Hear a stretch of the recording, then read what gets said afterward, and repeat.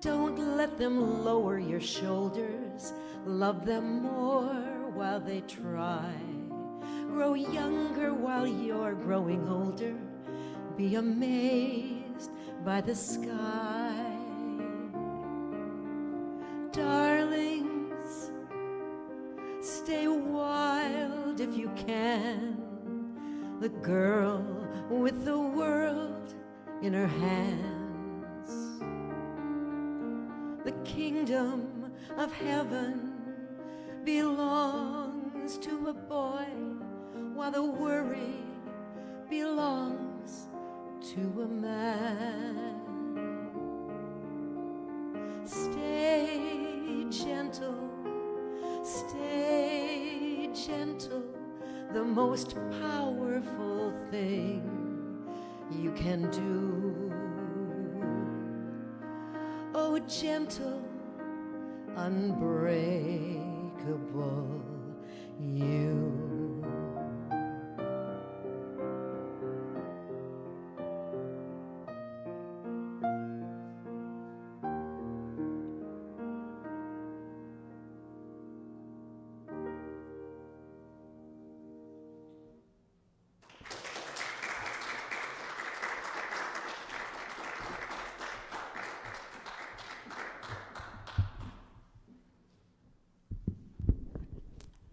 Thank you, Vicki. I love Brandy Carlisle. And she's like, I've loved her for years, so thank you very much. I really love Christmas because I love the fact that we sing the old Christmas songs. I didn't grow up in the church, so I love singing some of these old standards that I didn't get to experience. And if you put on the radio, I'm sorry that Santa's kissing Mama under the Christmas tree just doesn't bring me into the Christmas spirit. This week, it's the second week of Advent.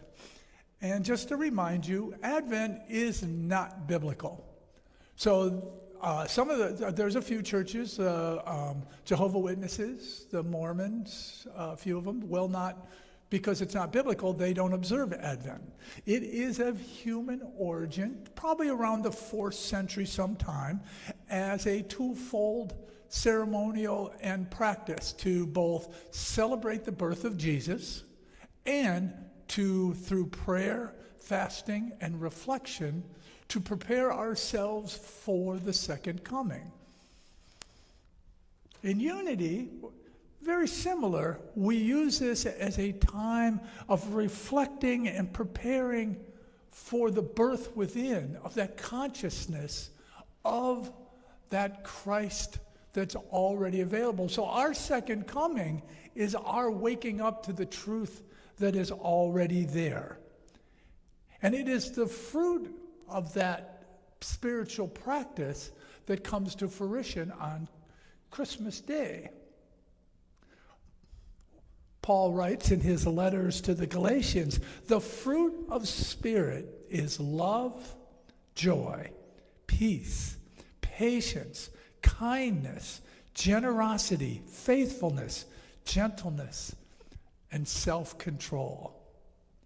I would love to have all those, maybe not the self-control part, but everything else. I mean, that's the fruit of the practice to bring us into that place of joy and love and peace and patience. Last week, Reverend Lori started us off brilliantly talking about faith and hope, the first week of Advent. This week, we talk about peace.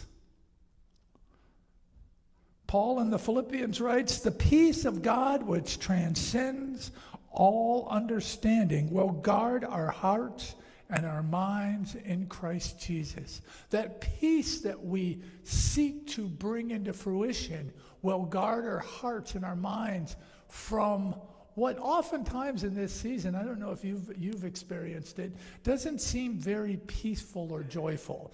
It's always about the next thing I have to do and all the busyness. If you're in business, what do I have to get done by the end of the year? When do I get that last doctor's appointment to make sure I get my last benefit? Where can I get, it's like on and on. I remember at Honey Baked Ham, And we used to have these huge lines going out the door. And the guy came in, and we had organized ourselves that it was just a simple flow.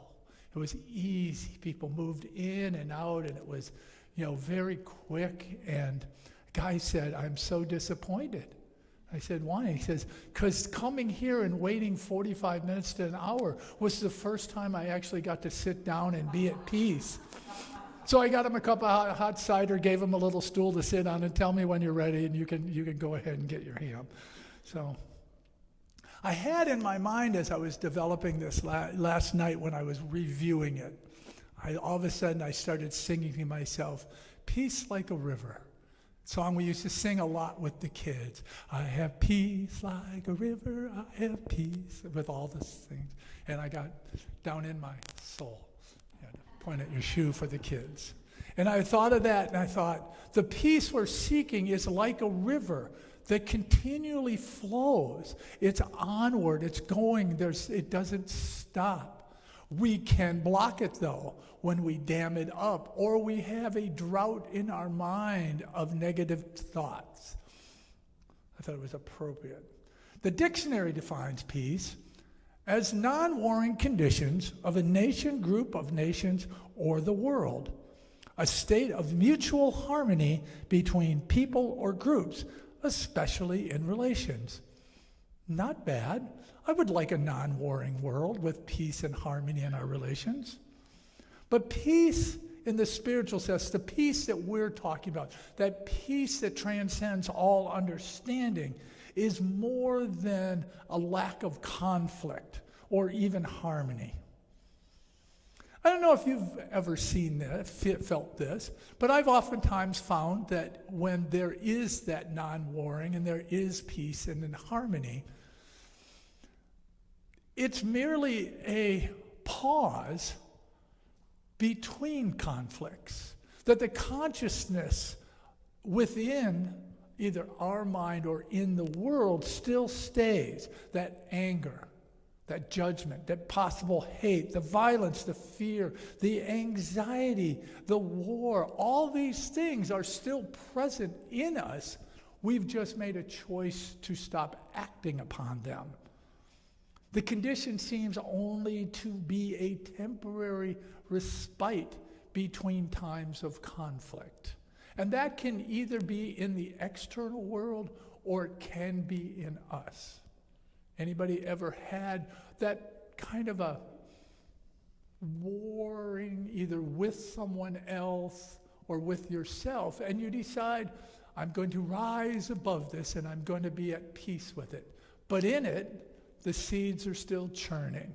You really haven't reconciled, you really haven't forgiven, you really haven't done the work to really create the peace. So there only has to be just that momentary where someone goes up to that jukebox of your life and punches B2, and all of a sudden you're right back in it again,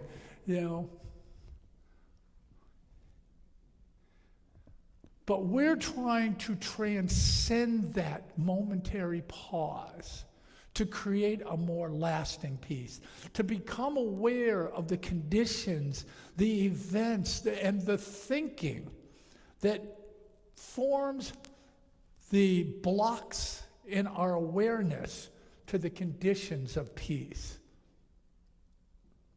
Knowing that as we sing in our peace song every year, let there be peace on earth, and let it begins with me.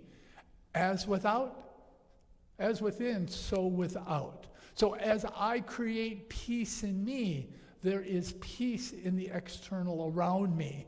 And as I am in the middle of the storm within, there are storms rolling around outside me. So we do our inner work so that we can reflect that out in the external. You ever been in a place where somebody seems like they want a war with you? They really want to be in that conflict, and you just give them no place to land, and it tends to kind of fall flat, and they keep it up, and then they keep it, and finally it just kind of goes away because you're not giving it any place. You're not feeding the energy with your own warring energy. So unity, rather than celebrating and contemplating events that may happen or happened 2,000 years ago, are actually focusing on the present reality of our lives and our thinking and our beliefs. We look within and take this time of contemplation and reflection, that inner search, preparing to root out those ideas, those thoughts, those beliefs that are creating the consciousness of conflict and replacing them with the thoughts of peace. We must awaken. I must awaken. They always teach you, always talk with I. I must awaken to learn and practice that which is already present, which I tend to either have forgotten or obscure or hide behind the veil. I was reminded as I was doing my research of the Jewish term shalom, which you oftentimes it's like in America we would say, hey, how you doing? Nice to see you. Shalom, or peace. This is throughout the Middle East, though. In Islam, it is assalamu alaikum, peace unto you. I love closing meetings and phone calls with my students with assalamu alaikum, because then they have to stop and think about it and look it up after they're off the phone. So it gets them to focus on rather than just peace.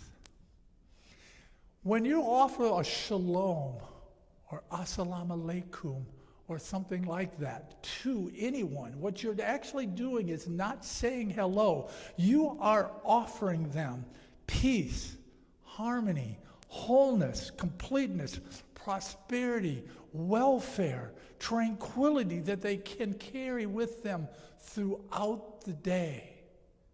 We minimize it by saying, oh, shalom, shalom. You know, like I was wondering about the hippies in the 60s when I grew up. Peace, man. Do you actually understand what you're offering to somebody? If we actually thought and became conscious of our words and what we were offering to somebody, how might we shift our thinking and our behavior towards them? How many people have, well, I know I did. I stopped going to peace marches when all I heard was anger and hate. Conflict against the other who is wrong, obviously. I stopped going because that's not a peace march, that's an against march. In the prayer for peace that passes all understanding, it is the peace of God, that peace of Christ that we're offering someone when we say peace, shalom, peace out. That was one from much past my use, but peace out. You're actually saying, I'm going to take peace from me and I'm going to send it out to you. If we actually thought about that, how might it shift who we are rather than making it a kind of a pass-off for see you later? I did some work earlier on in my spiritual journey, and I was late coming to my spiritual journey, so I was fine with it, but it was to discover when my thinking was out of alignment with the thoughts of peace and harmony and joy. And of course, the first thing we did was say, well, when is it not? You know, and the teacher said, it either is or it isn't. This is one of the few times the world is dualistic and it's black and white. You're either thinking pure peace, pure harmony, the harmony of God, or you're not. And anything, there is no gradation. It's 1 or 10. And then we would work on that, and it helped us understand our thinking and what was behind our actions and behind our thoughts, so that we could not judge them and make ourselves wrong, but to replace them, to bring them to our awareness and say, what could I use instead. Even a simple thing like in recovery. There was an old saying that I heard frequently early in recovery: keep it simple, stupid. Now, that can be, it sounds funny, and we're just saying keep it simple. But the person pointed out that that's really a pejorative anger remark. So she had me switch it to keep it simple, sweetie. So I run around, and when things start seeming really complicated, I go, keep it simple, sweetie. And then I smile and I start giggling and thinking about her, and she passed away a number of years ago. And it completely shifts my idea instead of me holding myself in a less than place. And this training is more than just creating peace in our lives. It draws to us what we want to have. Charles Fillmore wrote, if we would draw to us love, we must be love. Be loving and kind. If we would have peace and harmony in our environment, we must establish it in ourselves. We must faithfully and persistently deny the appearance of that which seems to be inharmonious, and silently and faithfully affirm the omnipresent peace, love, and harmony that we want to manifest. If we want peace, we have to be peace. And this isn't all of us. I remember listening to the Dalai Lama, and somebody was trying to get him kind of, you know how journalists can be, and he says, so tell us what you think of the Chinese. He says, I love the Chinese. I have nothing against the Chinese. I wish them nothing but peace and well-being. I don't like the system that oppresses my people, but the system isn't them. I love the Chinese.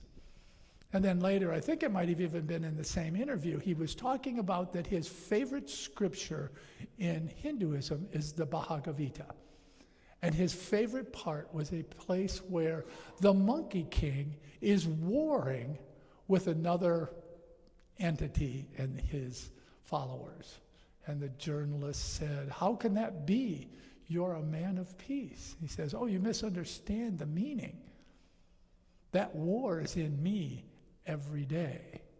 I have to consciously change those thoughts to turn them to peace. I'm human just like you. I have the Monkey Kings battling all the time, and I can choose to be at peace instead. So peace is that inner experience, and the external will reflect how you are. When we learn to control our thoughts, when we learn that what the external that is doing, what the external is happening, doesn't determine my experience. Instead of the Old Testament, an eye for an eye, we can turn it to an eye in the storm. The eye of the storm is that place of peace where all the world is swirling around us. And yet I stand in peace, observing the world, but not being in the world.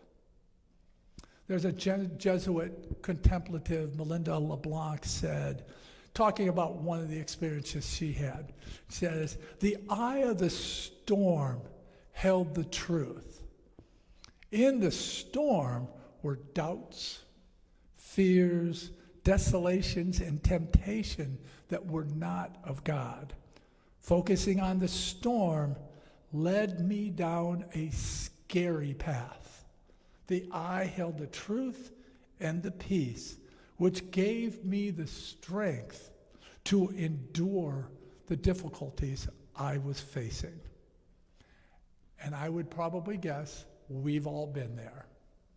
We've all been in the storms, those times of fear, those times of doubt, those times of anxiety, which oftentimes manifest as actions of violence, usually based in a fear base. The Advent practice of peace provides us a way out of that darkness, to step out of the storm and step back in the eye of the storm and watch what is happening without necessarily being what is happening.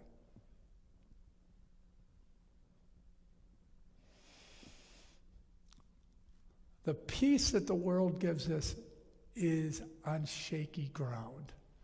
It's building a house on the sand of a beach, praying, please don't let there be a hurricane. I think of Florida a lot. They build a lot of houses in places that they probably shouldn't build houses.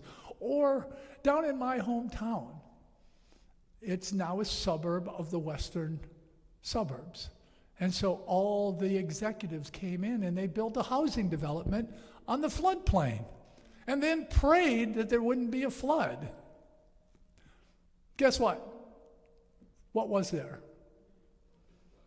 Big flood. My brother's out in a boat having to pick people up from their houses because they stayed in the storm.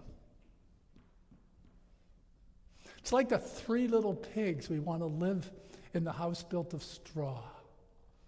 And yet we can build through our thoughts, the thoughts we hold, the beliefs we carry, the actions we take, to find that peace of God. We can live in the stone house where the wolf can huff and puff and the house won't fall down. We know that Christ within is the peace we seek. It is that peace that transcends all understanding. That peace is already in me. It's already in you. We embody that peace and that joy. I love the serenity prayer because it lets me know that there are stuff that is mine to do, and the rest of it, just let it go. Give it to somebody else. Give it to God and let God handle it. Embracing and expressing God's peace at this time is a great way. When all those storms in your family and all the stuff you have to do is swirling around you, it's great to step back. I like to laugh at it. That makes me feel good and it brings me peace. And finally, we follow our way shower, Jesus. Peace I leave with you. My peace I give to you, not as the world gives it, do I give it to you. Let not your hearts not be troubled, neither let them be afraid. Let us go ahead and turn to a time of meditation.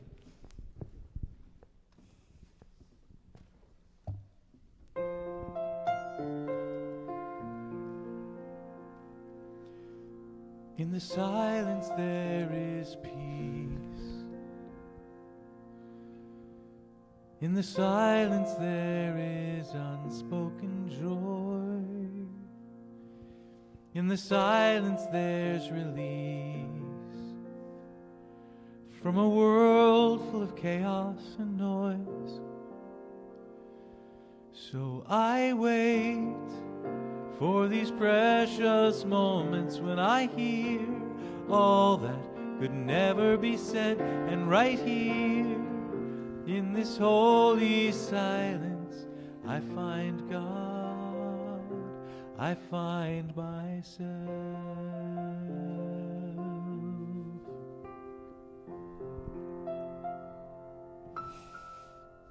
So as we move to this time of meditation and reflection, we allow ourselves to be comfortable. We take a breath and we just settle in. For at home, we set aside anything that may be in the way and possibly close our eyes to the outer world. And as we go to that upper room that Jesus talked about, and we close that door to the outer world, we create the space, the consciousness for that connection with the divine within. And we let go of all the words and all the speaking. And we allow ourselves to connect with that divine presence, and we feel peace. So as we take a few moments, we just rest in that stillness, breathing easily, trusting in God. We just rest in the presence, experiencing this peace.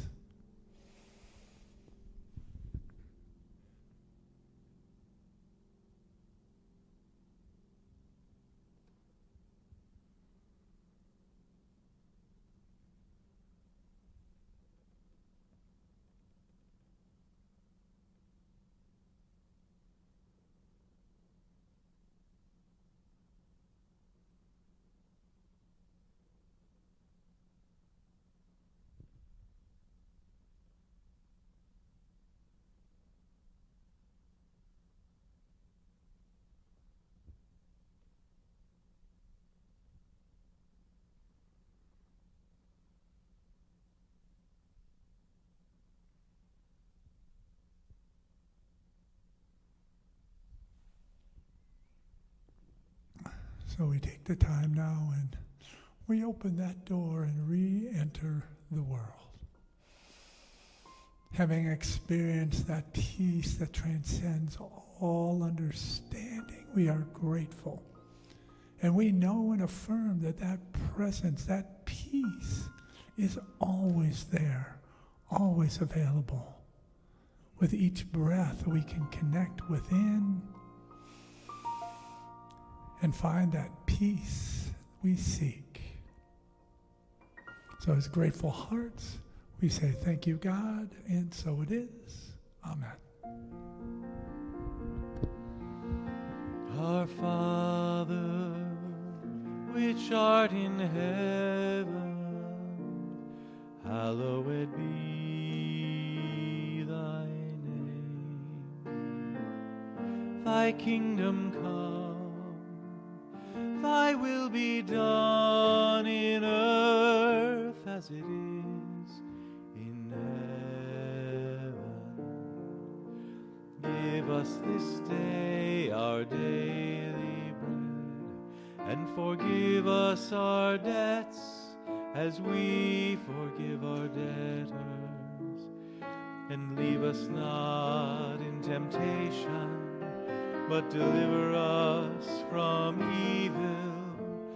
For thine is the kingdom, and the power, and the glory, forever. Amen.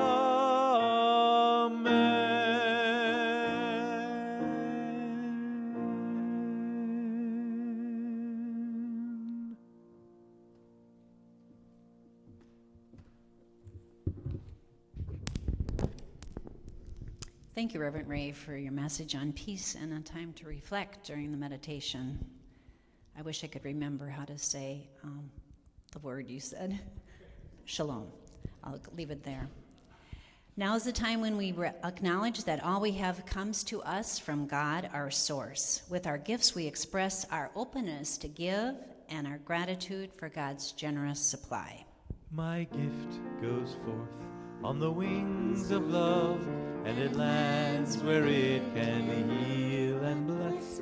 It returns to me, multiplied 1,000-fold, as the universe says yes, yes, as the universe says yes. Let's join together in our affirmation for gifts, which is printed in your bulletin. Together, divine love and wisdom flowing through me, bless and multiply all that I give, all that I receive, and all that I am.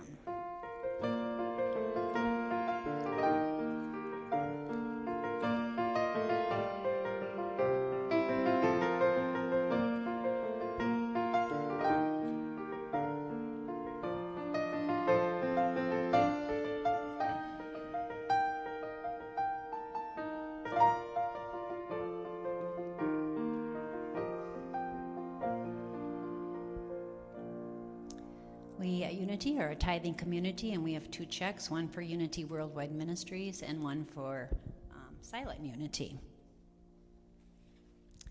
Let's join together in the blessing of our gifts.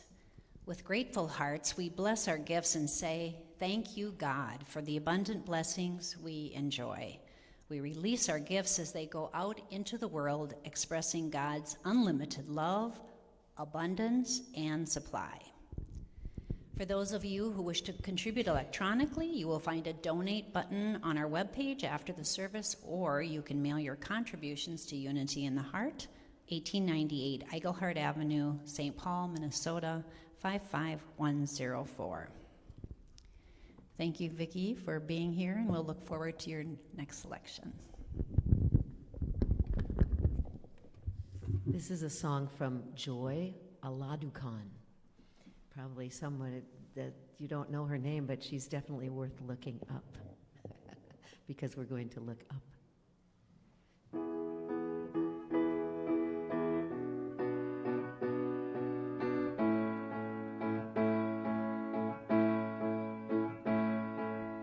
Sometimes your life feels like a broken roller coaster, 1,000 useless moving parts. Sometimes you spend your nights too scared of getting closer, hiding out in the back seat of your car. You tell yourself it's raining, the clouds are in your head. You tell yourself it's better to jump before you fall again, before you lose it all again. Look up, do you see the sunlight? Look up, there's flowers in your hair. Hold on, 'cause somebody loves you. You know trouble's always gonna be there. Don't let it bring you to your knees. Look up. Mondays aren't always bright. Some days you lose the fight. Life can be beautiful if you let it be. Tomorrow keeps taunting you with all kinds of mystery. It's a blank page for your poetry if you let it be. So don't tell yourself it's raining. The clouds are in your head. You tell yourself it's better to jump before you fall again, before you lose it all again. Look up, do you see the sunlight? Look up, there's flowers in your hair. Hold on, 'cause somebody loves you. You know trouble's always gonna be there. Don't let it bring you to your knees. Yeah, look up. Look up, hold on, look up. Sometimes your life feels like a broken roller coaster, 1,000 useless moving parts. Look up, do you see the sunlight? Look up, there's flowers in your hair. Hold on, 'cause somebody loves you. You know trouble's always gonna be there. Don't let it bring you to your knees. Look up. Trouble's always gonna be there. Don't let it bring you to your knees. Look up.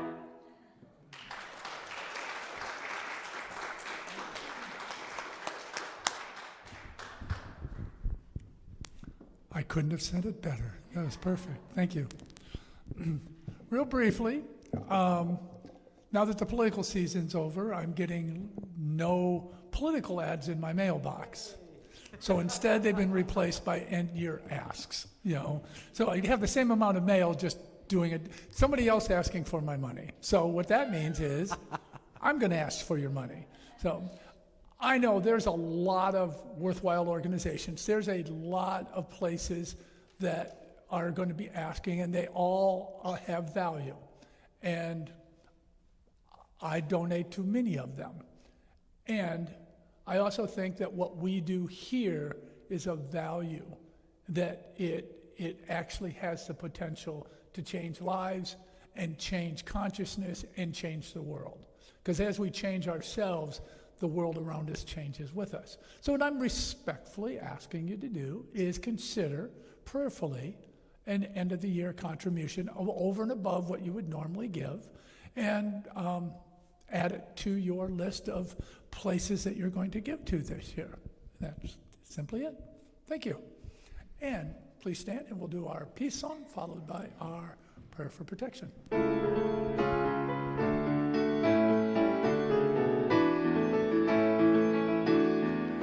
Let there be peace on earth, and let it begin with me. Let there be peace on earth, the peace that was meant to be, with God as our creator, family all are we. Let us walk with each other in perfect harmony. Let peace begin with me, let this be the moment now. With every step I take, let this be my joyous vow, to take each moment and live each moment in peace eternally. Let there be peace on earth, and let it begin with me. The light of God surrounds us. I am the light of God. The love of God enfolds us. I am the love of God. The power of God protects us. I am the power of God. The presence of God watches over us. I am the presence of God. Wherever we are, God is, and all is well. God bless. Go in peace.